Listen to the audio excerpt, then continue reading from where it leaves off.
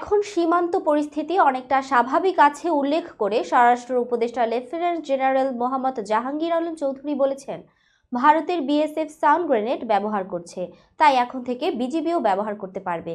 বিজিবিকে tear shell ও sound grenade কেনার অনুমতি দেওয়া হয়েছে। কেনার পর তারা এগুলো ব্যবহার করতে পারবে।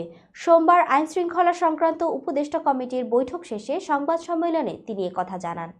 তিনি বলেন, দেশের সীমান্তে শৃঙ্খলা বজায় রাখতে এবং বিশেষ পরিস্থিতিতে দ্রুত ব্যবস্থা নিতে বিজিবির সক্ষমতা বাড়ানো অত্যন্ত জরুরি। তাই বিজিবিকে অত্যাধুনিক সরঞ্জামে সজ্জিত করা হচ্ছে। বৈঠকে জানানো হয়, সীমান্ত এলাকার চোরাচালান, অনুপ্রবেশ এবং অন্যান্য আইনশৃঙ্খলাজনিত সমস্যা মোকাবেলায় বিজিবির কার্যক্রম আরও জোরদার করতে হবে। এই সাউন্ড গ্রেনেড এবং টিয়ারশেল ব্যবহার করার মতো সরঞ্জামের প্রয়োজনীয়তা উঠে এসেছে।